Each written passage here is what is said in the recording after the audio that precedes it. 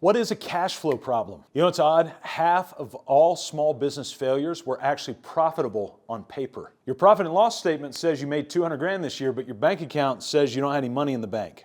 That's a cash flow issue. By the end of this video, you're going to know exactly what a cash flow problem is and why it causes businesses to fail.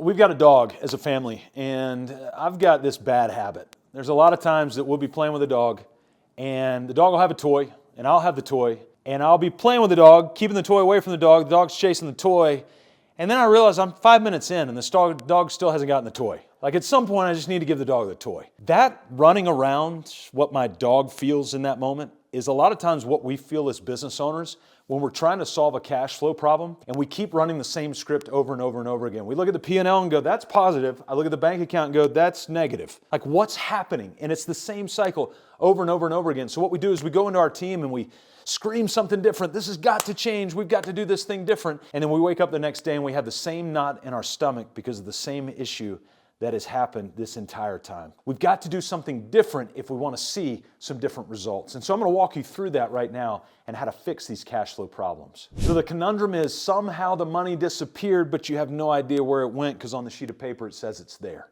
So what I want to do is I want to workshop to illuminate the problem. And I'm going to use a simple acronym, PROBLEM. You like what I did there? And I'm just using that acronym so that we can illuminate that and we can start to make different choices. So part of what causes cash flow problems is paper profit over actual cash in the bank account. So money runs in three major phases: past, present, and future. And so when we think about past, that's like a balance sheet, P&L, cash flow statement. Basically anything that you can print off accounting software, prints on a sheet of paper. As soon as the ink's hardened, it's outdated at that point. And so we look on paper and we realize, wait, I'm profitable on paper, but it's still just paper profit and it's not actual cash in the accounts. So that's where the P&L shows gain, but the bank account shows a lot of pain with what we're doing. It's one of the biggest areas that we see that causes these problems. The second problem that we have is when revenue starts to come after expenses. And so we basically flipped the model. So if we go over here to our model of R.A.G.ing our money, what does that mean? That we know our revenue, we know our associated cost of goods, we know our gross margin, and we know our expenses. Every owner needs to rage over their money. They need to be in control of this tool. And in order to do that, we need expenses after revenue. But too many times we get into cash flow problems because the expenses become before revenue. And so we start paying stuff out and the revenue starts to lag further and further behind because we have people on 30-day payment terms, 40-day payment terms, whatever. And instead of payments coming in 30 days, they come in 45 days. Instead of 45 days, they come in 60 days. And so the revenue starts getting delayed more and more and more, and it cycles down and expenses begin to trump that revenue that comes in. The third problem is understanding the oxygen/food dilemma. What in the world do I mean by that? Here's the deal. Cash is oxygen. You need it every single day to flow. Profit is the food. That's a long-term metric that we're looking at. So you don't look at profitability every single day. You might look at it weekly, monthly, quarterly, annually, but not every day. But cash, you have to look at your accounts on a regular basis because that serves as oxygen and food. You can live without food for days, weeks, or even months, but you cannot live without oxygen for more than a few minutes. And so your cash flow, your cash position, that's oxygen, which is why we want it more than just on paper profit. We actually want these subdivided in bank accounts because you can't live without cash very long. The fourth problem that we see is that your bathtub is draining faster than your inflow. And so what you've got coming into the bathtub, the faucet, the money, the revenue, all of that is going out quicker than it's coming in. So it drips in and goes right back out. Why? It's because your expense drain is 3 times the size of your revenue faucet. And so you've got all these expenses that have grown because we're not paying attention, we're not knowing, and we're not raging over our money. Remember, we need to know our revenue, associated cost, gross margin, and the expenses that go with that. But when we take expenses and move them over here in front of revenue, and how do we get in that position? Well, a lot of times what happens is when our revenue is growing, our sales are growing, we're starting to experience growth, we start to make sort of drunk decisions on who to hire, how to hire, when to hire, what to pay when we hire, instead of slowing down, looking and going, wait a second, Is there a way for us to increase revenue without increasing expenses? Is there a way for us to increase revenue without increasing our labor or our overhead, or marginally increasing our overhead? So could we raise revenue by 2 times, but raise expenses only by 1 time? And we start to ask those questions, which forces innovation at that point. But unfortunately, many of us suffer because the inflow is not keeping up with the outflow.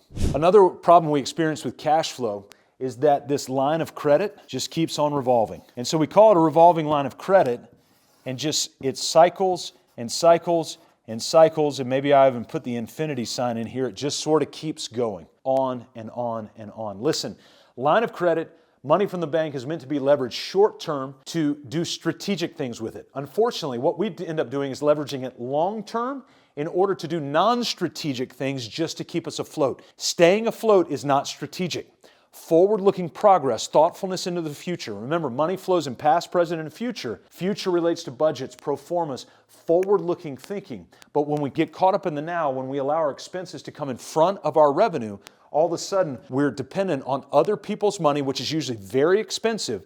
And instead of maybe just using it one time in a complete pinch and never going back to it, we leave it as revolving, and it becomes this infinity-type momentum within our business that keeps us stuck and forces cash flow problems. And that's when we start to wake up at 2:38 in the morning, asking all of those questions and coming up with empty answers. And here's how you know if you've got substantive answers or empty answers. Go back up to R.A.G.E. We want to R.A.G.E. over our money. We want to know our revenue, associated costs, gross margin, expenses. And so the question I have for you right now is, if somebody came and asked you, or if I came and asked you, actually better yet, I'm asking you right now, what is your ballpark revenue for this year?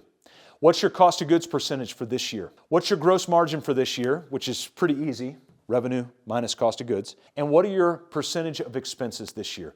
You should know a ballpark amount to each one of those questions. And if you don't, what it means is you're not in enough of the money to be able to understand it. And it doesn't take an MBA to do this. It doesn't take you being a CPA. It doesn't take you going to college. Nothing. All you have to do is look at the numbers and start to understand the numbers. Then you can have clarity around making this. But the biggest issue to all of this, if I were to put one word over this whole thing, it's the word know. K-N-O-W. And most of us just simply don't know. And so we come up with these empty answers, and what we do is we mistake RSVPs for actual attendees. What do I mean by that? Well, think about if you were throwing a party and you had 50 people RSVP to come to your party and 5 showed up. Did you have a party of 50 or did you have a party of 5? The reality is, especially in this world of accrual accounting, we often account for our business like we had a party of 50 when we actually have cash in the account for a party of 5. And so the reality is we can stick our head in the sand and mistake these RSVPs, the people who say they want to do things with us, versus the actual attendees, the things we want to actually do. So when we look at accounting and cash, the RSVPs are things like accrual accounting, things we hope for. The attendees are the actual cash, the things that we actually have and can work from. You as an owner want to position yourself to work from a position of cash and understanding what those accounts are so you don't get fooled by paper profit, but you can actually see profit in subdivided bank accounts. So here's what I want to do. I want to change this right now. I want to run you through a scenario. You ready? All right, you had your biggest month ever. Revenue's up, new jobs are up, all of these things. Payroll comes due Friday and you can't meet it. How's that possible, right? It's just what we talked through with these problems. So what I want to do instead is I want us to steer our way out of it. The first thing I want you to do is I want you to subdivide your bank accounts. Instead of operating from 1, 2, or 3 bank accounts, I want you to have 7, 8, 9, 10 different bank accounts. And the bank accounts are a revenue account where all revenue goes in, a cost of goods account where all cost of goods go in, a labor account that you pay payroll out of. You can have a lot of other accounts like capital expenditure accounts for new equipment, a tax account, a profit account. So when dollars come in, we're going to cut those things up, subdivide them, and we're going to subdivide our cash accounts to help steer ourselves out of this so you know where every dollar belongs when it comes in the door. The second thing we're going to do is we're going to track our ABCs, and we're going to start to watch this over time. What do I mean by ABCs? A, accounts. B, bookkeeping, that's your receivables and payables, and C is customer metrics. How many website hits, one-on-one meetings, however you track customer engagement for lead pipeline. And so when we look at all of these things, we're going to subdivide our cash accounts. We're going to look at those accounts every week to see what our bank balance is so we can track that every week, and we're going to put it on a spreadsheet so we can start to watch the flow of cash. The B, we're going to track our receivables every week and our payables every week so we can track the flow of what's coming and what's going. So every week we can look and see what your cash position is, see how much is coming to you, how much you're owed, and how much you owe. Based on that, we can start making decisions in real time. And then the R is we're going to begin to review that dashboard every single week. Subdivide the accounts, set up a tracking dashboard around your ABCs, and then review that once a week. Once you do that, you will start to negate these problems that go in that cause cash flow issues. But I want to help you out. We've got a free gift that if you go into the description below, click on the link solvecashflow.com, solvecashflow.com, and we've got a handbook that we've built for you that you can walk through systematically and start to solve your cash flow issues one step at a time so that you can be liberated from cash flow chaos to make time for the things that matter most.